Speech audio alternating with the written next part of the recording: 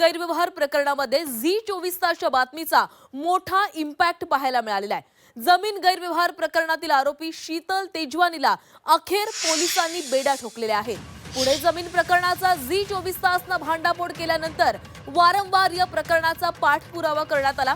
जमीन गैरव्यवहार प्रकरणाची बातमी ब्रेक केल्यापासून शीतल तेजवानीची चौकशी आणि अटकेपर्यंतची बातमी सर्वप्रथम झी 24 तासनंच दाखवलेली होती आणि झी 24 तासच्या हा बातमीचा मेगा इम्पॅक्टच म्हणावा लागणार आहे, कारण शीतल तेजवानी हिला अखेर अटक झालेली आहे।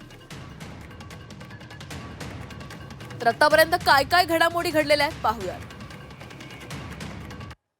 5 नोव्हेंबरला झी 24 तास कडून पुणे जमीन गैरव्यवहार प्रकरण उघडकीस आणण्यात आलं। झी 24 तासनं बातमी दाखवल्यानंतर जमिनीचे मूळ मालक समोर आले।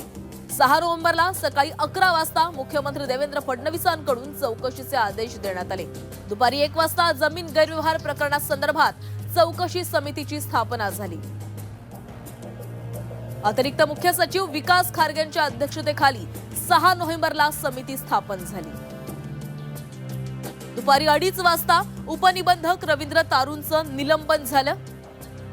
7 नोव्हेंबरला अजित पवार माध्यमांसमोर आले, व्यवहार रद्दची घोषणा केली। या प्रकरणात एकही पैशाचा व्यवहार झाला नसल्याचा दावा अजित पवारांनी केला।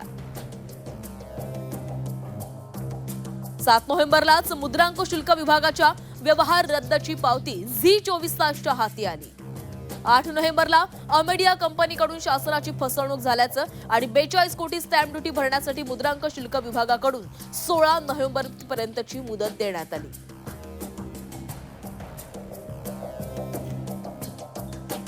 9 नोव्हेंबरला शीतल तेजवानी, दिग्विजय पाटील आणि रवींद्र तारू यांच्यावर गुन्हा दाखल झाला।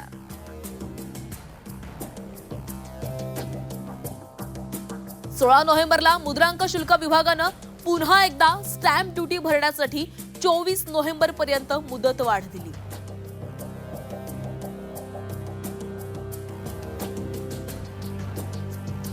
– 19 नोव्हेंबरला शीतल तेजवानीची पहिल्यांदा चौकशी झाली। 20 नोव्हेंबरला शीतल तेजवानीची दुसऱ्यांदा चौकशी झाली। 24 नोव्हेंबरला पुन्हा एकदा अमेडिया कंपनीला मुद्रांक शुल्क विभागानं 4 डिसेंबरपर्यंत स्टॅम्प ड्युटी भरण्यासाठी मुदत वाढ दिली।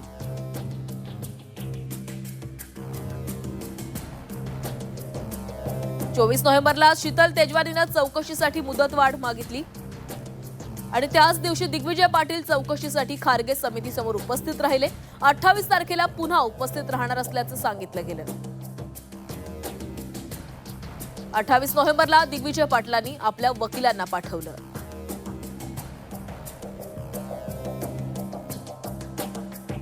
3 डिसेंबरला शीतल तेजवानीला चौकशीसाठी बोलावण्यात आलं आणि चौकशीनंतर शीतल तेजवानी हिला अटक झाली।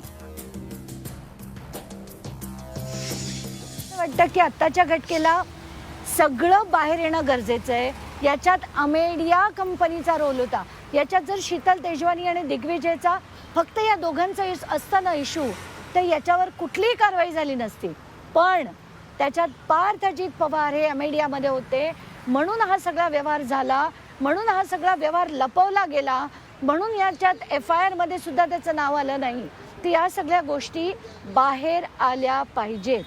एकतर पहिलं तात्काळ FIR नीट करणं गरजेचं आहे, अमेडियाचं नाव घालणं गरजेचं आहे। हे सगळं जोपर्यंत होत नाही तोपर्यंत नीट कारवाई होते असं मी बिलकुल म्हणणार नाही।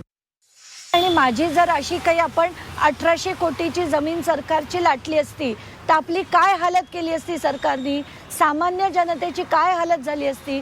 पण शीतल तेजवानीला पहिलं तर झी 24 तासनी खूप छान दाखवलं की कशी रॉयल ट्रीटमेंट मिळाली, तिला सोडायला अगदी पोलीस थेट गेले। आता याच्यात मी म्हणते की माध्यमांचा रोल खूप इम्पॉर्टंट असतो। हे जर सगळं तुम्ही दाखवलं नसतात तर आज ही अटक सुद्धा कदाचित झाली नसती। तर मला म्हणूनच सांगायचं आहे की माध्यमं जे लावून धरतात त्यात प्रकरणामध्ये बरेचसे खुलासे होतात आणि ते प्रकरण तडीस जातं।